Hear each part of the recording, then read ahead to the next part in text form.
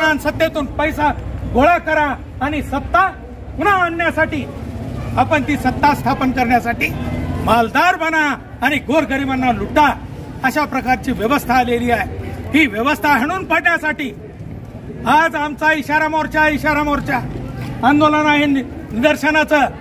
आम्हाला दवाखान्यात आंदोलन करायची इच्छा नाही, कारण इथल्या डॉक्टर आणि नर्स ही आम्ही देवाचं प्रतिरूप मानतो।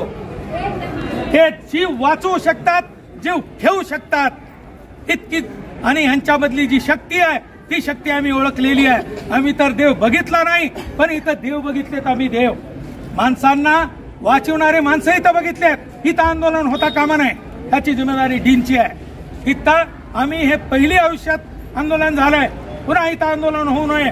या सगळ्या प्रकरणाची सीबीआय चौकशी झाली पाहिजे आणि जे जे दोषी आहेत, मग स्टोअर कीपर पासून ते सगळी तपास यंत्रणा जी आहे, ज्यांनी या गोरगरिबांचे, मी तर नावं घेऊन सांगितलं, मेला कोण?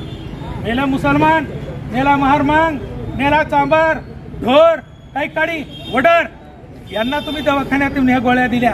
गोरगरिबांचा खात्मा करण्याचा परवाना जसा त्या नरेंद्र मोदीला नाही, तसा इथल्या डीनला नाही, इथल्या आरोग्य व्यवस्थेला नाही।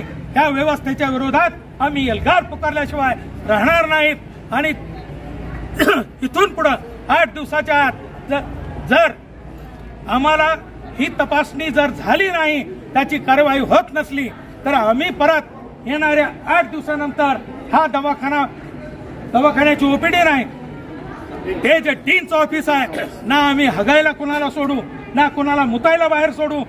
चोहो बाजूने आम्ही घेराव घातल्याशिवाय तिथं राहणार नाहीत। सीबीआयची चौकशी झाली पाहिजे आणि जे कोणी गुन्हेगार आहेत, गोरगरिबांच्या रक्त आणि मांस खाऊन माजलेले, त्यांना जेलमध्ये घालण्याची जिम्मेदारी ही सरकारची आहे। आणि त्यांच्या मार्फत, डीनच्या मार्फत ही मागणी करतो आणि थांबतो।